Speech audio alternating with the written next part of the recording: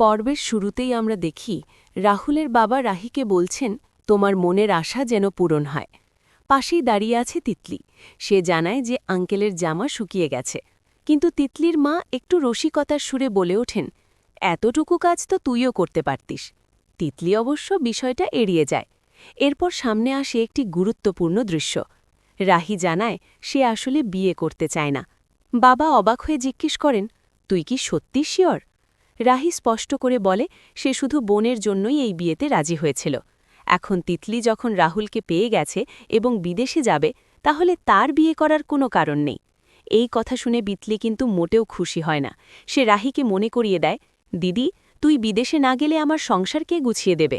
রাহি বলে কয়েক মাস থেকে সংসার গুছিয়ে দিয়ে আসবে, কিন্তু তিতলি এতে মোটেও সন্তুষ্ট নয়, রাগ করে চলে যায়।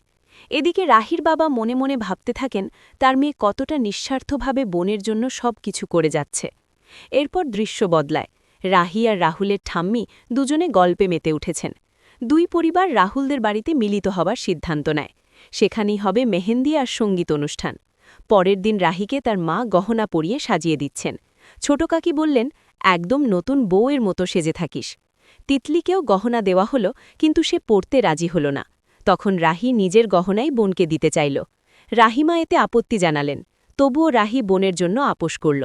তিতলি মজা করে বলল, জামাইবাবু যদি আরেকটু বেশি পছন্দ হতো তাহলে দিদিভাইয়ের বরটাই নিয়ে নিতাম। রাহি হেসে বলল, বিয়ে একবার হলে স্বামীকে কখনো ভাগ দেওয়া যায় না, এটা মনে রাখিস। রাহুলদের বাড়ি সুন্দর করে সাজানো হয়েছে। ওরা সবাই যখন পৌঁছালো, রাহি আর তিতলি একসাথে ঘরে ঢুকছিল। তিতলির ফোন আসায় সে থেমে গেল। রাহি ভেতরে ঢুকতেই রাহুল ভুল করে তার মাথায় ফুল ছড়িয়ে দিল, যেটা আসলে তিতলির জন্য ছিল।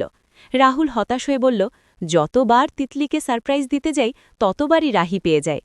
ঠাকুরের কাছে প্রণাম করার সময়ও তিতলি ফোনে মগ্ন থেকে ফুল ছুঁড়ে সরে গেল। রাহি নিজেই বসে ঠাকুরের কাছে ক্ষমা চাইল বোনের হয়ে। এরপর শুরু হলো নাচগানের আসর। সবাই আনন্দে মেতে উঠল। কিন্তু ঠিক সেই মুহূর্তে একজন পুলিশ এলেন। পুলিশকে দেখে জন ভয় পেয়ে গেল। এটা রাহির নজর এড়াল না। পুলিশ আসলে রাহুলের পরিচিত কাকু। তিনি রাহিকে দেখে বললেন, এ মেয়েই তোমার হবু বউ? কি সুন্দর জুটি। রাহি বিনয়ের সাথে বলল, না, আমার বোন তিতিলির সাথে বিয়ে ঠিক হয়েছে। জন মুখে মেহেন্দি মেখে এলো।